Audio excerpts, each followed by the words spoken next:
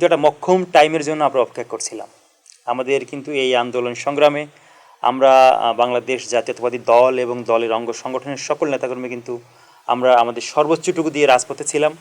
এক দফার যে দাবিটা আপনি বললেন যে এই সরকার যে স্বৈরাচারী সরকার যে জগদ্দল পাথরের মতো বাংলাদেশের মানুষের বুকে চেপে বসছিল, এইটা সরবে কিনা, মানে হতাশা কাজ করবে কিনা, বা এইটাকে আমরা কীভাবে সরাবো।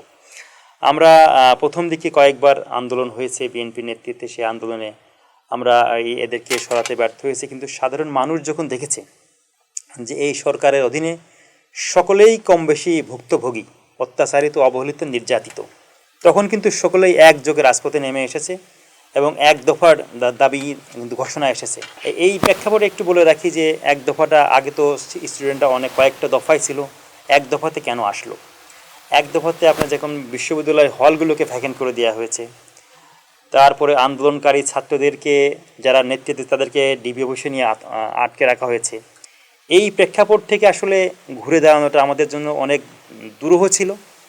সকল বাংলাদেশের সকল মানুষই এইটাকে, শুধুমাত্র ফ্যাসিবাদী দলের সাথে যারা সংযুক্ত ছিল তারা বাদে বাংলাদেশের সকল জনগণই কিন্তু এই আন্দোলনের পক্ষে ছিল এবং আন্দোলন আস্তে আস্তে কিন্তু এক দফার দিকে ধাবিত হয়েছে।